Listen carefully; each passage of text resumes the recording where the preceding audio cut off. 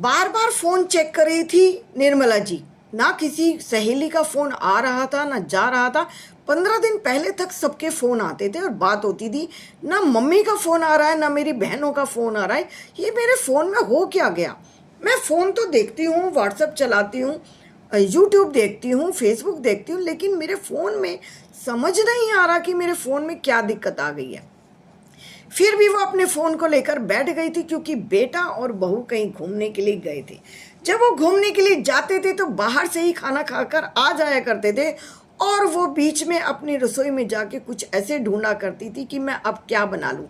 अकेली थी ना, तो अकेले होकर उसका मन नहीं करता था कि मैं अब क्या बनाऊं। कभी कभी क्या करती थी कि आटा रखा है, चलो 2 रोटियां बना लेते हैं, सब्जी है तो ठीक है, नहीं तो अचार से, चटनी से, दही से खा लिया करती थी। वहां से आने के बाद भी वो ये बेटा बहू ये नहीं देखते थे कि उन्होंने चाय पी या नहीं पी, खाना खाया या नहीं खाया। मम्मी जी हम थक गए हैं, थोड़ा रेस्ट करना चाहते हैं, और ये कहकर अपने कमरे में चले जाया करते थे।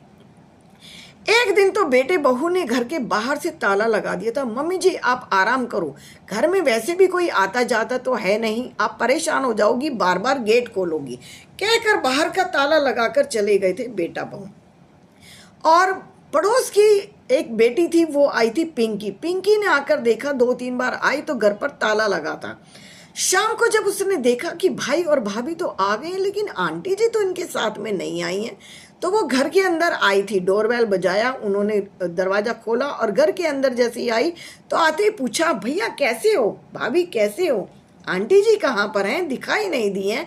15 दिन से मेरी मम्मा इनको फ़ोन मिला रही है, उनका फ़ोन नहीं मिल रहा है, कहकर वो सीधा आंटी जी के कमरे में चली गई थी। वहां जाकर देखा, आंटी जी मेरी मम्मा आपको बार बार फ़ोन करती हैं, आप फ़ोन क्यों नहीं उठा रही हो?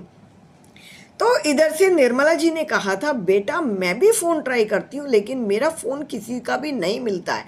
सोचो ना मैं कैसे अपने फ़ोन के बिना रह रही हूँ, और मैं फिर भी इसमें किसी न किसी चीज़ में लगी रहती हूँ। मेरा मन बिल्कुल नहीं लगता है, मेरी 15 दिनों से किसी से बात भी नहीं हुई है, कहकर पिंकी ने कहा था, अपना फ़ोन दिखाओ जरा, मैं चेक करती हूँ। और जैसे ही उसने फ़ोन हाथ में लिया था, आंटी जी आपके सारे ही नंबर, 14-15 नंबर, कम से कम 14-15 ये नंबर हैं जो ब्लैक लिस्ट में किसी ने डाल दिए हैं। बेटा ये ब्लैक लिस्ट क्या होता है? आंटी जी अब आप ना वहाँ किसी को कॉल कर सकती हो, ना ही वहाँ से कोई कॉल आ सकती है, उसमें आपका ये डाल दिया। बेटा जरा इन इन नंबरों को ठीक कर दो, वो तुम्हारी मौसी के नंबर हैं, नानी के नंबर हैं, मेरी फ्रेंड्स के नंबर हैं, तुम्हारी मम्मा का नंबर है, जरा इनको ठीक तो कर दो। और पिंकी ने उन नंबर को ठीक कर दिया था। आंटी जी ये आपसे हो गया या किसी ने जानबूझकर कहा?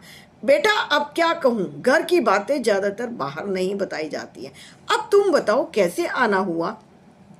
तो पिंकी ने कहा, मेरी मम्मा ने बाहर जाने के लिए टिकट बुक करा दी है, आपकी भी और अपनी भी।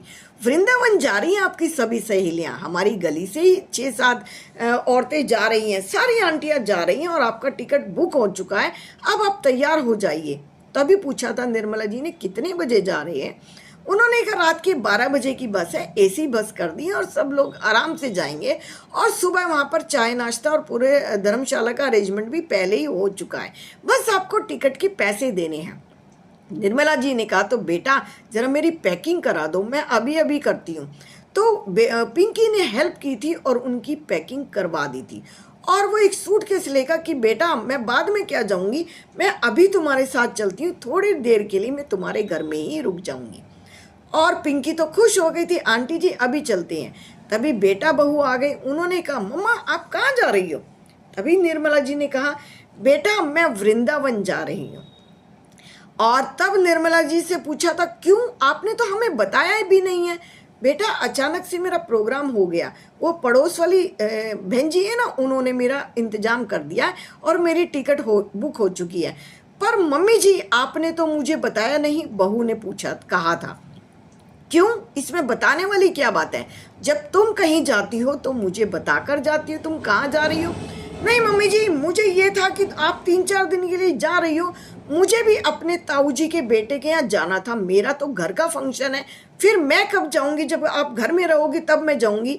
तभी निर्मला जी ने कहा था, क्यों बेटा, क्या मैं तुम्हारे घर की चौकीदार हूँ? क्या मैं तुम्हारी चौकीदारी करूंगी जो तुम्हारे घर पर रहूंगी? ये घर मेरा है और मैं अपने घर में चौकीदार नहीं हूं, कहकर निर्मला जी ने बड़े तीखे स्वर में अपनी बहू को जवाब दिया था। तुम्हारे घर के फंक्शन तुम देखोगी, और आज के बाद थोड़ा सा ध्यान रखना कि ये जो तुम बाहर से ताला लगाकर जाती हो ना मालकिन बनकर, ये आगे से ये हरकत मत करना। नौकरानी नहीं हूं इस घर की, और जब तुम्हारा मन करता है तुम भी मुंह उठाकर कहीं चल देती हो, और मेरा मन होता है तो मैं नहीं जाऊंगी। मेरे तीरथ की कौन सी उम्र आएगी? पहले बचपन था, पढ़ाई करी थी, फिर शादी हुई, गृहस्थी संभाली, अब उम्र आई तीरथ की, तो अब भी नहीं जाऊंगी। तुम जहां चाहे वहां जाओगी और मैं तीरथ पर भी नहीं जाऊंगी, कहकर निर्मला जी ने अपनी बहू को समझा दिया था कि अब बेटा बस करो, इससे आगे मेरे में गुंजाइश नहीं है। जहां तुम्हारा मन करे, जैसा मन करे वैसे रहो, लेकिन तीरथ कौन सी उम्र में करना है और कौन सी उम्र में नहीं करना है ये तुम खुद समझना, मुझे मत समझाना। शादियां तुम्हारे घर की हैं, तुम समझोगे। और कहकर निर्मला जी पिंकी के साथ चली गई थी, और पिंकी ने आज वो काम कर दिया था जो उनके बेटे और बहू ने गलत कर दिया था। उनकी बहू ने ही उनके नंबर ब्लैक लिस्ट में डाल दिए थे ताकि ना वो कहीं आ सके और ना वो कहीं जा सके। बहू ने सास को चौकीदार बनाकर रख दिया था, लेकिन उनके एक फैसले ने उनको सही और ठीक कर दिया था। अब निर्मला जी समझ चुकी थी कि अब वो अपने तीर्थ सहेलियों के साथ जाने में किसी को भी अड़चन नहीं डालने देंगी। निर्मला जी ने अपने बच्चों को समझा दिया था, और बेटे और बहू को भी ये समझ आ चुका था कि माँ बाप चौकीदार नहीं होते।